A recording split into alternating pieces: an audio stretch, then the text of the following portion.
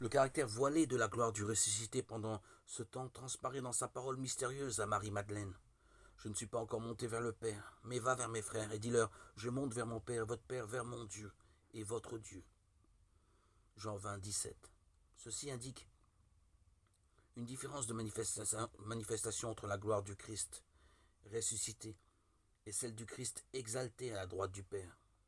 L'événement à la fois historique et transcendant de l'ascension marque la transition de l'une à l'autre. Cette dernière étape demeure étroitement unie à la première, c'est-à-dire à la descente du ciel réalisée dans l'incarnation.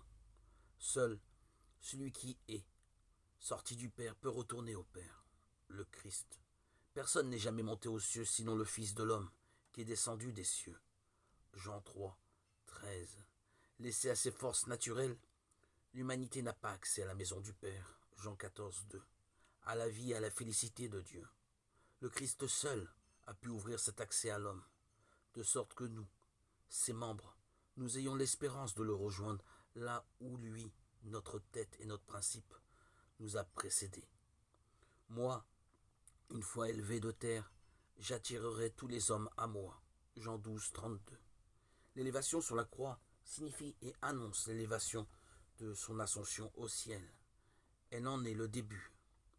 Jésus-Christ, l'unique prêtre de l'alliance nouvelle et éternelle, n'est pas entré dans un sanctuaire fait de main d'homme, mais dans le ciel, afin de paraître maintenant à la face de Dieu en notre faveur. Hébreux 9, 24. Au ciel, le Christ exerce en permanence son sacerdoce, étant toujours vivant, pour intercéder en faveur de ceux qui, par lui, s'avancent vers Dieu. Hébreux 7, 25. Comme grand prêtre des biens à venir, Hébreux 9, 11, il est le centre, l'acteur principal, qui honore le Père dans les cieux. Le Christ, désormais, siège à la droite du Père.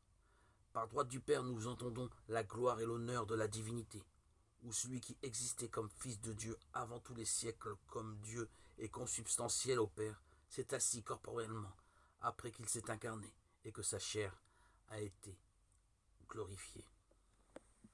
La cession à la droite du Père signifie l'inauguration du règne du Messie, accomplissement de la vision du prophète Daniel concernant le Fils de l'homme. À lui fut conféré empire, honneur et royaume, et tous les peuples, nations et langues le servirent. Son empire est un empire à jamais, qui ne passera point, et son royaume ne sera point détruit. À partir de ce moment, les apôtres sont devenus les témoins du règne qui n'aura pas de fin.